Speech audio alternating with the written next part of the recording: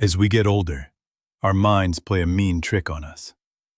The more we appreciate the value of time, the more fleeting it seems to become. As children, some periods might have seemed like eternities, but as adults, they can seem like mere moments. This effect, where time appears to truncate with age, has a few explanations, with the most popular treating it as a matter of simple math. As adults, a given stretch of time takes up a smaller fraction of life than it used to. For instance, a year is just 2% of a 50-year-old's life. But for a 10-year-old, it's a full 10%. Therefore, it's not surprising that time feels longer for the 10-year-old, about 5 times longer to be precise. This explanation is complemented by a second, more psychological observation. Adulthood tends to be more routine, with fewer new experiences compared to childhood. As a result, adults form fewer novel, vivid memories.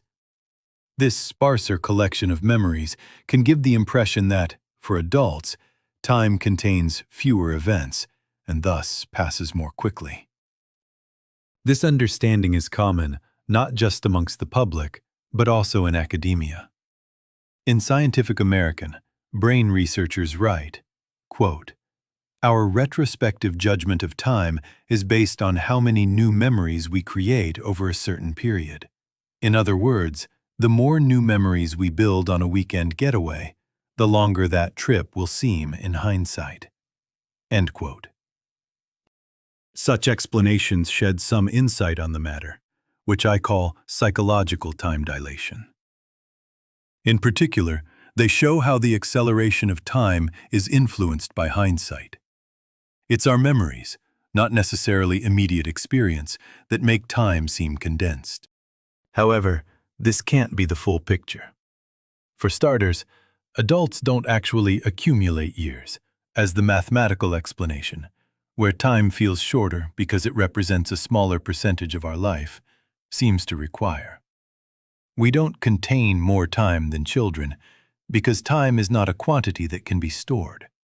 Nor do we exist across more time than children, because experience, which is all that we truly are, only ever happens now. Sure, a year comprises less of one's life than it used to, but nobody canvasses time from the perspective of an entire lifespan. We all, regardless of age, view reality from the present moment, which contains neither time nor lifespans. The mathematical explanation implies that we can somehow stand outside of the present moment, like atemporal gods able to hold lifetimes in the palm of our hand. But when we think of the past, we are, like our childhood selves, thinking of it from the perspective of the present. And this vantage point is limited, plagued by the usual distortions, displacements, and deletions of human memory. Given our flawed, incomplete perspectives, it is psychologically dubious to attribute the seeming acceleration of time solely to the mathematics of aging. But what about the fact that over a given period, adults form fewer memories? Could this explain things? No, because this suggests that our perception of time's passage relies on flipping through a sequence of memories. For instance, if I have 3 vivid memories from a work week and 8 from a weekend, this logic would suggest the weekend feels longer only after revisiting more than 3 memories. But the sensation of time flying by often stems from a single, impactful memory. It's only later that related memories fill in the surrounding context. Psychological time dilation is less about the perceived length of an event and more about the time since it occurred. For example, reflecting on my 2011 Euro trip, it's not the duration of the trip that startles me. Rather, it's the realization that it was already so many years ago. This recognition occurs the moment the memory surfaces, without needing any additional context. Having reviewed these faults, I'd like to propose a new explanation, which goes as follows. As we age, we gain more memories.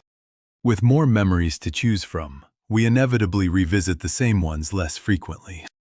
Because we revisit them less often, more time passes between the repeated recollection of any given memory. The more time that passes between repeat recollections, the fewer opportunities we have to recalibrate our sense of the time since an event took place. Thus, as we age, we're more often surprised by the passage of time. Let's understand with an example. If a child has only been to one concert, they probably think of it regularly.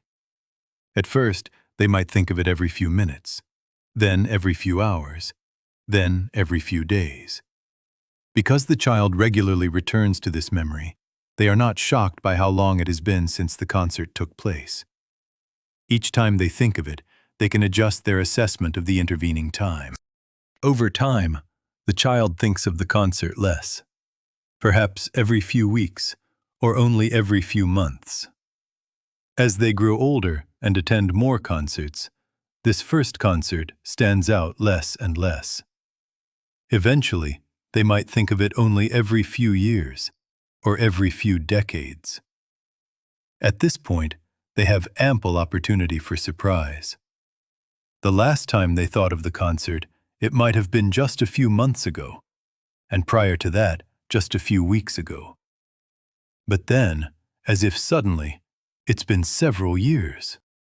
Something similar happens when friends grow out their hair. If I see them often, I don't notice it grow.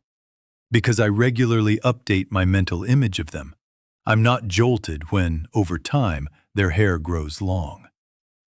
This mirrors the child who repeatedly recalls the concert, so is not rattled that days or weeks have already passed. Compare this to a friend I rarely see. Upon seeing them after a few months, it might seem like their hair grew all of a sudden, simply because I hadn't updated my memory of them. This resembles the adult who hasn't thought of the concert in years, so was used to the memory in which it was just a short while ago.